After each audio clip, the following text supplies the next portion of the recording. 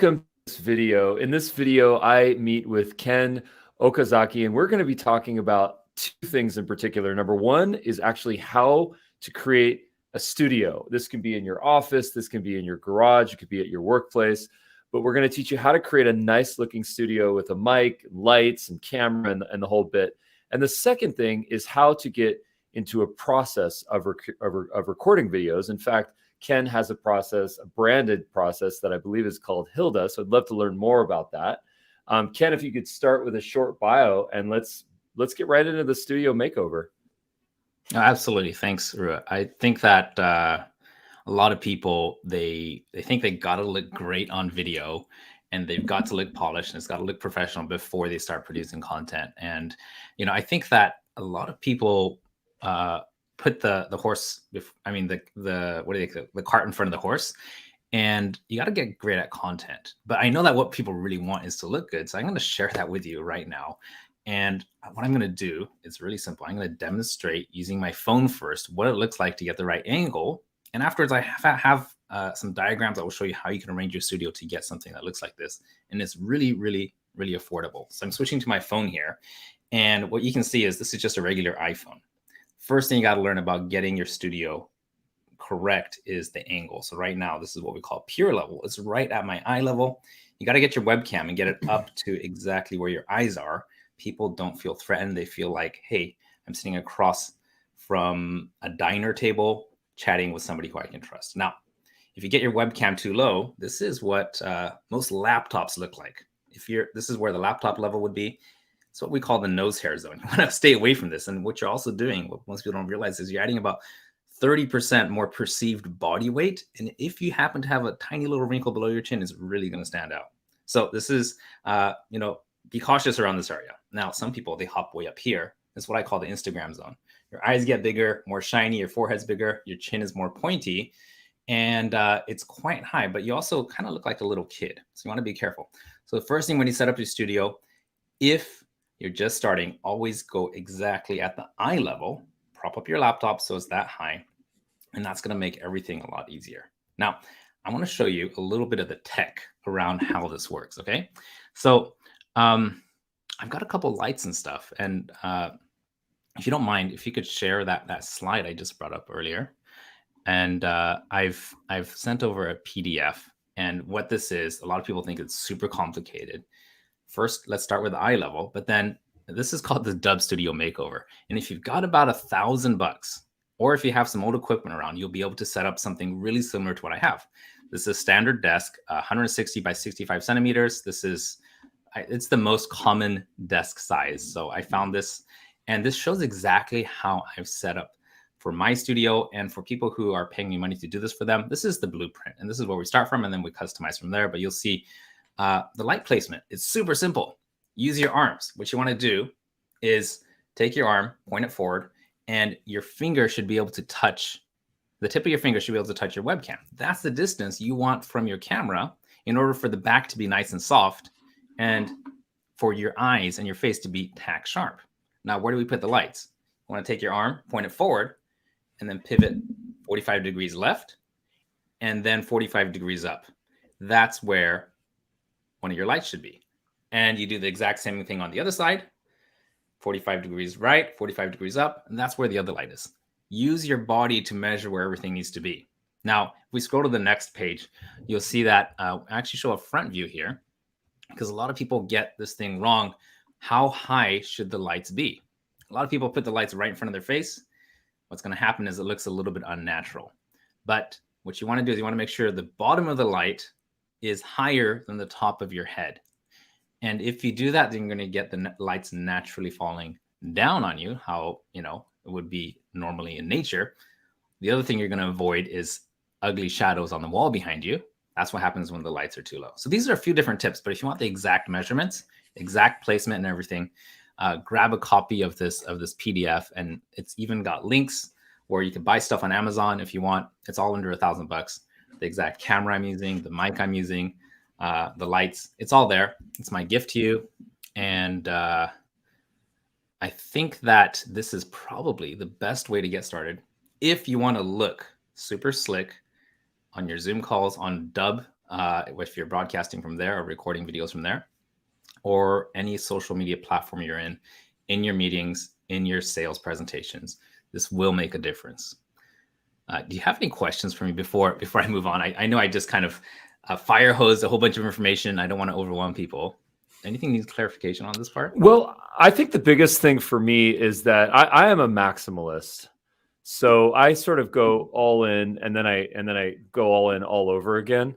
And sometimes it works out really well because I get something really nice. Sometimes I end up in no man's land with a box full of gear and stuff that I'm not really using, and the whole thing sort of defeats the entire purpose. So the method that I've kind of figured out that works for me is that I have my minimalist rig, which is actually right over there in my office. But then I have my maximalist rig here where I have a 2 light setup. I've got a DSLR. I've got a podcast mic with the B cam right here that's on a telescoping arm, and an external monitor. And there's a ton of tech. I cannot use this on a day-to-day basis. It's just too much gear. It's too much tech. I prefer my minimalist setup over there, which is just a simple MacBook Pro with an external monitor. So what I'd love to understand is how to, can we get the best of both worlds? Can we have a setup that's agile, that's nimble, that's fast? If we want to unplug and go sit on the sofa, we can do that easily. Or might you recommend that we have a sort of a two laptop setup like what I have? I think you have a really good point there. The getting into all the gear can actually work against you if you haven't actually gotten storytelling down. And if you know how to present in front of the camera, you've got the confidence, what you're talking about, and you know exactly what the outcome of the video is before you get into it. That's when we should start thinking about gearing up and looking more professional. But if we're talking about like a big kit, like maximalist, like what you said, and something more mobile, you could go as simple as using your phone. Phones nowadays, the technology is getting ridiculously good. The iPhone 13 has added a whole new feature called cinematic, where we could fake this, this bokeh effect where things in the background look really soft focus. The lenses to do this are quite expensive. Nowadays, it's just built into the software. So you could go all the way down to just using your phone with a selfie stick that on a tripod or something, and a little shotgun mic or a lav mic. It could get that simple. And once you understand how to find the natural environments where you're going to look good, no matter where you are, and how to use the environment to your advantage, you don't need to buy any gear. You've already got a phone. It's in your pocket. Just use that to your advantage. So you could go all the way down to just using your phone for when you're out and about, want something simple. But when you do get when you do get home, or to your home office or office, and you could just walk right up and have everything at your fingertips. The light's going to be perfect. The sound's going to be perfect. Everything's going to be framed properly. It does encourage you to just create more content because it's easy. It's all set up, and you don't have to worry about anything about setting up your situation. No, that makes a lot of sense. Do both. I love that. Now, you did a quick switch from your webcam to your iPhone. What was the tech that you used? Oh, I've just I'm used to use AirPlay for everything. AirPlay is a Apple feature. So it's whether it's from my phone, my iPad, my computer, or any of my Apple devices, I can just switch it and show what's on there. I demonstrate stuff on my phone a lot, or from my iPad, and that makes I guess everything a bit more engaging to be able to do that. So guide us through that a little bit. So you're on your phone, you AirPlay. Yep. And then how do you send that to become the camera in this environment? All right. So this here is something that is actually, I think it's inside the shopping list. Actually, it's not. But this is called a Stream Deck. And I've programmed each of these buttons to automatically do key combinations like Command Alt Blink, instead of having to look down at my keyboard and punch stuff in, I've just pre-programmed these buttons to push different keys. And if I hit, for example, right now, I've got my iPad. If I hit this key right here, then you'll see what's on my iPad screen, right? And this all just maps to, oops, I'm on the wrong one now. This all just maps to different hotkeys that controls my my video switcher. So it's all I don't have any external hardware except for the switcher, and the software just on my Mac takes care of all the switching after that. That's it. Very, very cool. So this is called the Elgato Stream Deck. If you have your affiliate URL, please share it. We'd love to let folks know about this. This looks really exciting. Seems like you sort of pre-configure a number of things, including AirPlay, keyboard shortcuts. Very, very cool tech here. I have not heard of this. I plan to check this out since I am a maximalist, and it will probably end up in a box for a little while. Let's have a conversation later, and I'll take you behind all the tech behind what I'm doing. Very cool. And then you have some slides as well on your branded process, in fact, which I'm really excited to learn about. Sure, absolutely. So before I jump into it, I think that I get a lot of people, and you probably get this too. People say, hey, I want to start a video, but I'm not good at presenting. I know video is important for my business, but I'm not a natural and I don't know what to talk about. Or when I do start talking, I lose my train of thought. All these things are things that stop people from getting started. And as I was starting to work with a lot of clients in different countries, I had to develop a system so that anybody at any level could get from 0 to, I'd say, like 80% just by using the system. And beyond that, it's a lot of practice. So it's something called Hilda. And I just want to share this with you. It's really, really simple. And let me just switch over here to my iPad here. I call this the Hilda content system. And I think with the videos we produce for our clients, we've got about 141 million views that are completely organic that use this. And this is how we activate a cold audience. So really the old way of making video, this might be you right now. This was me for sure. Number one, you think of a topic to talk about, you write down a few bullet points, you hit record on your device or camera, you start talking, then you run out of stuff to talk about and then you stop. Now, I don't know about you, but for me and a lot of my clients, that's exactly what we were doing. And it's okay. That's how we get started. But then it gets tiring when you're creating content over and over and over again. And you kind of lose steam after a while. So we started doing something else called Hilda, which is a simple process. How can we hook people in at the very beginning of the video, then introduce ourselves, then lead their anticipation to what we're going to deliver, and then altruistically ask for a micro commitment at the end. Now, this is a simple set of 5 things, but what I want to do is I'm going to walk through each of these and kind of think of this as a kitchen cabinet with 5 drawers. If we open up drawer number 1, that's the hook. How do we hook people in? And here's a few ideas. Number 1, we address a frustration. Now, this is specifically a frustration that you know your target audience has. If you're a weight loss coach, you might just say something to the effect of, isn't it frustrating knowing that you're eating the right foods, but you're not losing the weight and you can't move the needle on the scale? If you start like that, then your ideal audience is going to relate to that and they'll probably continue watching. If you ask a question, if you notice in the first example I gave, I asked a question and addressed the frustration simultaneously. Asking a question takes people out of the frame of mind of judging a statement, if it's true or not. Instead, they go internal of judging you. They're asking themselves something. And it's a very, very effective way to get people from filtering and judging what you're saying and listening instead. Now, using numbers is awesome. If you ask an emotional question that addresses the frustration and you use numbers in there, we're hitting both the left and right brain, right? So for example, if I say the 5 reasons why 85% of people are not losing weight. Now, people are like, well, 85%, you must have some research behind that. And you'll probably share that later. We're hitting the left side of the brain where they're looking for logical solutions and answers, and the right side where they're looking for an emotional connection. So we're just stacking these on top of each other to get the hook powerful. Teasing value. This is really old school, but you might just say something to the effect of, hey, I've got a really quick 3-minute workout that I can do at my desk that helps me get tighter abs. Now, I'm going to show you that in just a little bit. Hold on. So we're just telling them what we're going to share later on and getting them to hang on. Now, you've probably seen examples of all these, but these are just some ideas to get you started. And what you want to think about is how can you get in, get out, and get them hooked as fast as possible. And when I say as fast as possible, that's about 15 seconds you have to get people to decide to continue watching or not.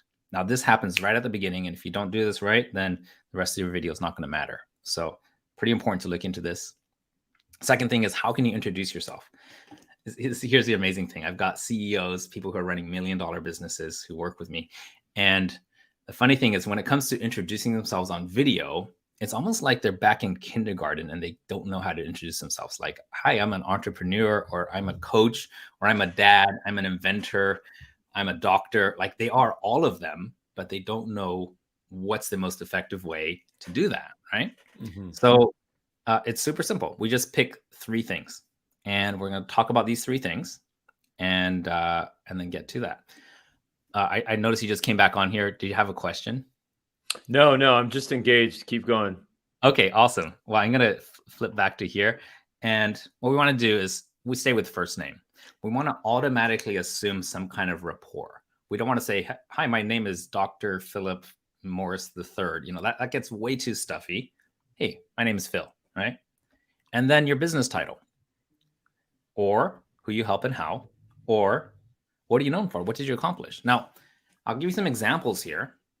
But before I do, I want to warn you, we don't want to stack these. You just want to pick one that you feel comfortable with. In my case, it'll be, hey, my name is Ken, CEO of Oz Media Global. That's it. That's how you introduce yourself. Second version would be, hey, my name is Ken. I help business owners to get leads and sales using video. Third one would be, hey, my name is Ken. People know me as the video marketing guy. This is how I would use it. Now, here is something really interesting. I've watched a lot of videos where people are talking about themselves. You know, the millions of people they help, the famous person they shared the stage with and stuff. And if you look at the engagement graph on, if you know what YouTube or Facebook looks like on the back end, they got these engagement graphs, right? And generally, what's going to happen is you've got viewers, right, and then you've got time, right, coming across here. And what's going to happen is you're going to see something that looks like, you know, a little bit like this. People are watching and they're kind of dropping off little by little. What I always look for is, where are the cliffs and where are the plateaus? And when I look at this, I immediately identify in the video what was the person saying, what's going on in the video at that moment, and why did they drop off? And I look for the plateaus. Why did people stick around there? And 9 times out of 10, these plateau areas, what's going on here is people are talking about themselves. I did this. I did that. I helped so-and-so. And there's numbers, and people don't actually care. And I know this statistically because that's where the cliffs happen. So if you're tempted to stack all the accomplishments you've done in your lifetime, good for you, but it's not going to help you to gain more followers and get people to stick around.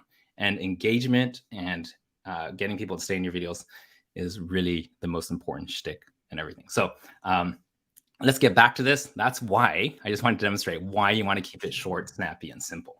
Now, so we've hooked people in, we've introduced ourselves, and now this is where we lead anticipation. Now, there's a few ways to do this. We can poke their fear, build importance, create curiosity, or tell a story. Some quick examples around this. Let's go back to the example of weight loss. Poking their fear is really simple. You might just say, you know, you might be you're probably eating this one healthy food that's actually helping you to not lose weight or preventing you from losing weight. Now they've got to find out what that is, right? Building importance. How important is it that you fit into the bridesmaid dress before that wedding that's coming in 3 months from now?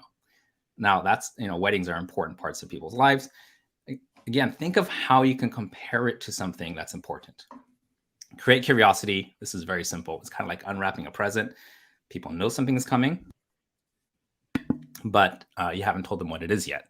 Now, telling a story is really, really beautiful.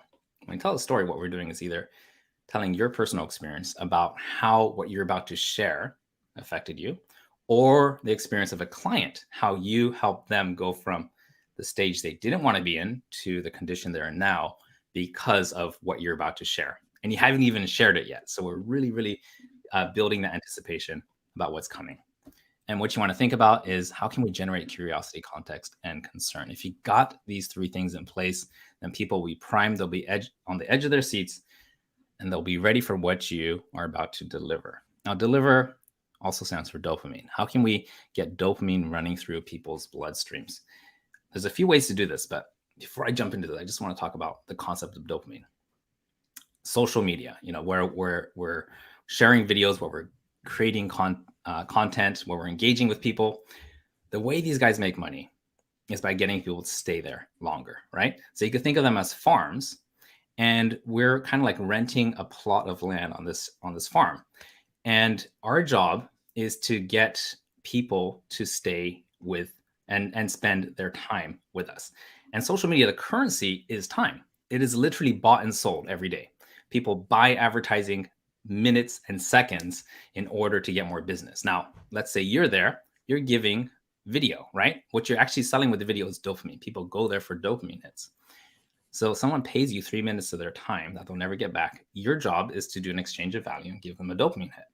If that exchange doesn't happen, then people won't come back and your value goes down. If that exchange happens over and over again, they'll keep coming back every day. Every time you put out a video, every time they get an alert, they want to come back because they're expecting that hit, and they'll also call their friends. And that is why some videos blow up and some videos never go anywhere. So you want to think, how can you get that exchange happening, this business exchange that social media is built on, and not cheat people from the value that they're giving you, which is their time. So this is what we want to do. And there's a few ways we can deliver this. Cause and effect, common misconceptions, transfer of blame or guilt, and a binary or polarizing point of view. Some quick examples here. Cause and effect. Let's go back to weight loss. The reason why you're struggling to lose that weight is simply because you got to figure out your macros. What's the percentage of proteins, carbs, etc. I'm not a health expert. What we're saying is cause, effect. The reason why this is this. Simple, right? And for some people, if you explain something that's even basic, it might be the first time they heard it, and they might have that little aha moment, right? Common misconceptions. You might say something like, most people think that as long as you burn more calories than you eat, then you're going to lose weight. That's a common misconception. If you don't understand how sleep affects your metabolism, then that's going to go nowhere. So we're bringing in a new concept that people don't usually consider.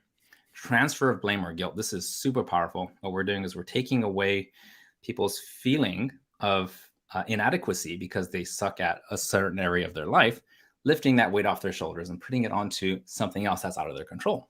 So I might say something like, hey, you're eating right, you're exercising right, but no matter what, you can't lose that weight. There's a good chance that it's got nothing to do with you. It's not your fault. What it is it's got everything to do with your DNA and something blah, blah, blah. Again, something they can't control. Therefore, they feel relieved. They feel like, hey, I like this guy. He's making me feel like it's not my fault. And they want to take action because of what you said. Now, here's the very last one. This one you want to be careful about, but it can be very effective, which is where you want to polarize your audience. You might say something to the effect of, you know what? If you're trying to lose those stubborn last 10 pounds, I'll tell you what, I think that you should actually put on an additional 10 pounds because fat is the new beautiful. Let's get fat together. Skinny people suck. Now, I'm not suggesting you say that message, but if you can find a way that 50% of the audience is going to hate you, but the other 50% are going to love you even more, and it is aligned with your core principles, then it might be a good way to share that. So what you want to think about is educate, edify, entertain. If you can hit these 3 points as you are delivering your content, then you will release dopamine in people's brains. And they'll be way more likely to stick around. They'll be way more likely to like you and take some kind of action. And they'll be way more likely to share it and call their friends to share this experience. Now, we've gone through H-I-L-D. We've got one more, which is A. A stands for ask. And when we ask people to do something, we want to do it altruistically. We want to ask people to take an action that's not about the viewer. It's not necessarily even about you. It's about a higher purpose. And this is how social movements happen. And on a smaller scale, this is how you get someone to share or engage with your video more easily. So the ask, it's really simple. This is going to look like a mess at first, but I'm going to break this down. It's really, really simple. 3 things: who plus context plus action. Who can be you, friend, colleague, or boss. Context can be needs to hear this, agrees with, has this problem, or would like this. And the action is share, tag, comment, or click. So when you close our video, in order to get engagement, we ask for something with a simple pattern. Who plus why plus what. For example, I might say, hey, by the way, if you watch this video and you agree with what I said in here, do me a favor and comment yes below.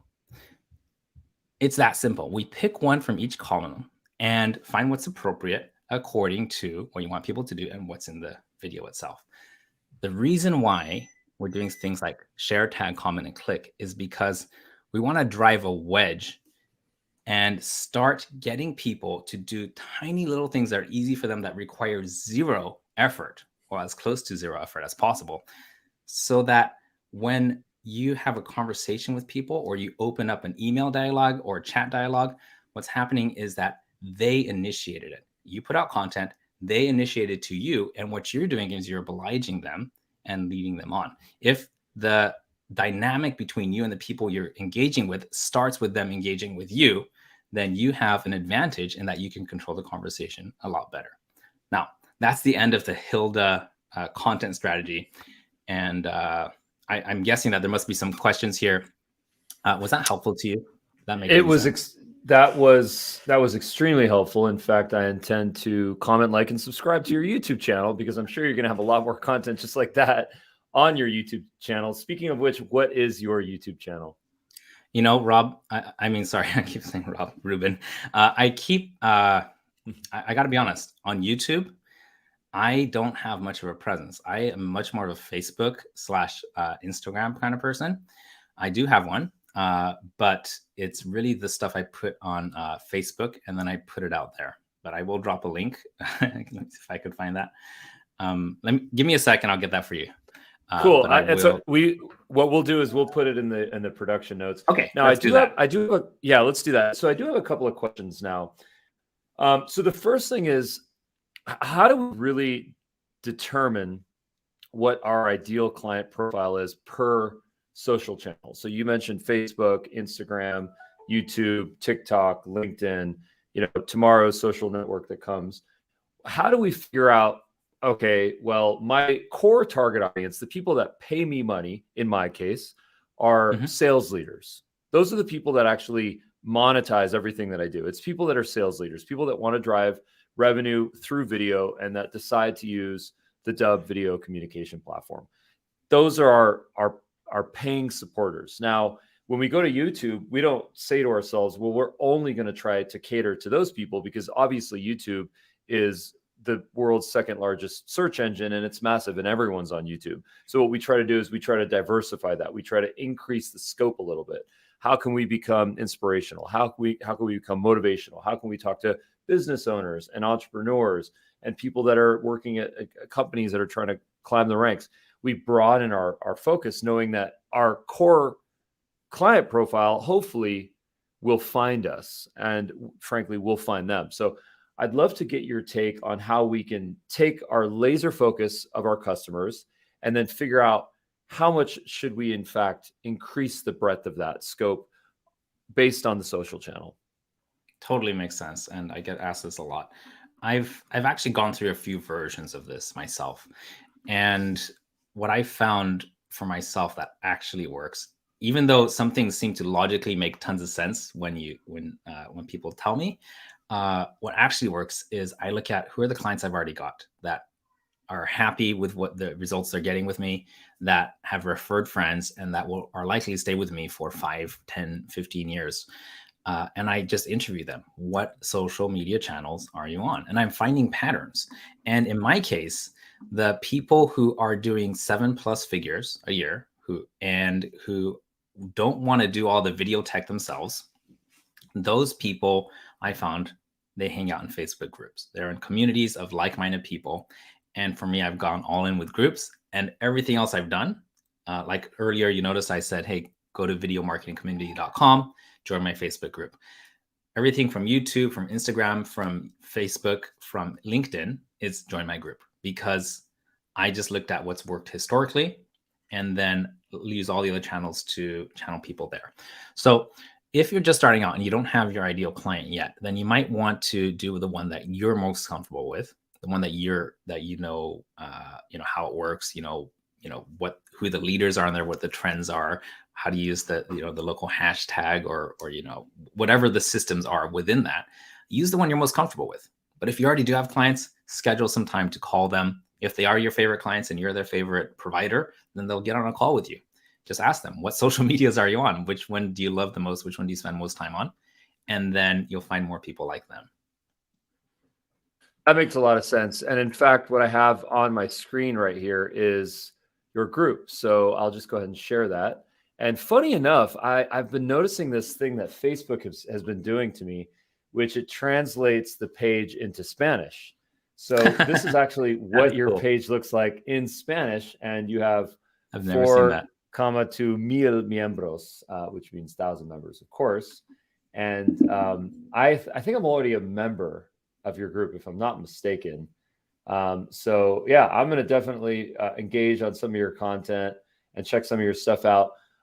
Kenn, this was an extremely, extremely valuable live broadcast.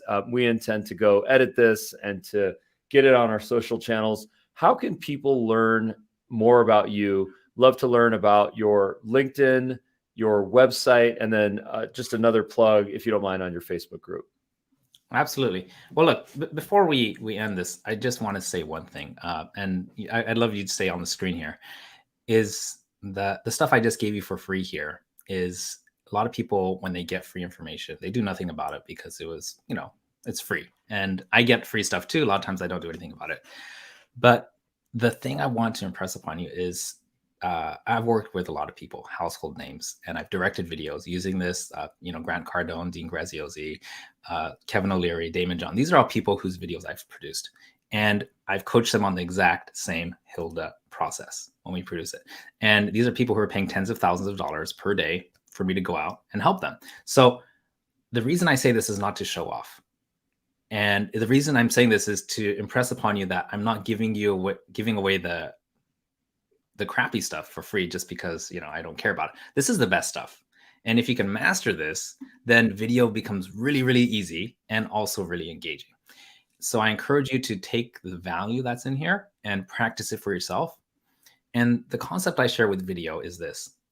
The reason I give my best stuff away for free is because I believe that with social media and with video, our job, if you're a service provider or even a products person, our job is to give away aha moments, give away what I'm looking for, the word insights. We're giving away insights. That's free. But the thing is, if you're a service provider and you're a professional and you're a salesperson, what people pay for is implementation, right? So I'm giving this stuff away and people will be able to understand it. They'll be able to get started. But if they want to scale things to 1 million people or, they want to 10x their business, they're going to want a professional like you, the person who enlightened them in the first place, to hold their hand and carry them through. And that's where the big money is made. So don't try to sell all the time. Give insights away for free, and then people will be willing to pay you for the implementation. So that's something I wanted to share. When it comes to the actual channels, I'd encourage, I do have a free course inside my group. It's 16 parts. It's some of my best stuff. I've gone live in there. Go to videomarketingcommunity.com. And if you want to connect with me on LinkedIn, then it's just kennokazaki.com/video marketing coach, I believe. Let me get you that link too. I don't remember my links. I have redirects for everything. Yes, here we are. I'm going to drop the link here into the chat so that connect down there. There we go. So, and YouTube, my numbers there really suck because honestly, my audience is not there too much, but I think I will go back in there and see how I can spruce things up, work on some techniques to get my YouTube channel looking a little bit better. But yes, please, if you want to watch the long form of what I do, my live videos, I put them up on YouTube as well. Thanks so much, Kenn. Really appreciate you, man. Absolutely. Anything else I can help you with before we end this? I think this was such a valuable video. We encourage people to watch this and in fact, go back and rewatch things. Don't forget there's a play button, there's a pause button, there's a rewind and fast forward 15 seconds. And it's just a way to kind of consume the information, digest it, and then even execute it. In fact, one of the things that I've noticed is that sometimes when people watch these videos, they're so inspired to take action, that they do it right on the spot. Here's just a little message that someone posted. I just adjusted my lights. Kind of cute. So we are here to inspire, motivate, and educate. And Kenn, thank you so much for your time. Absolutely. It was a pleasure. Thanks for having me on your show.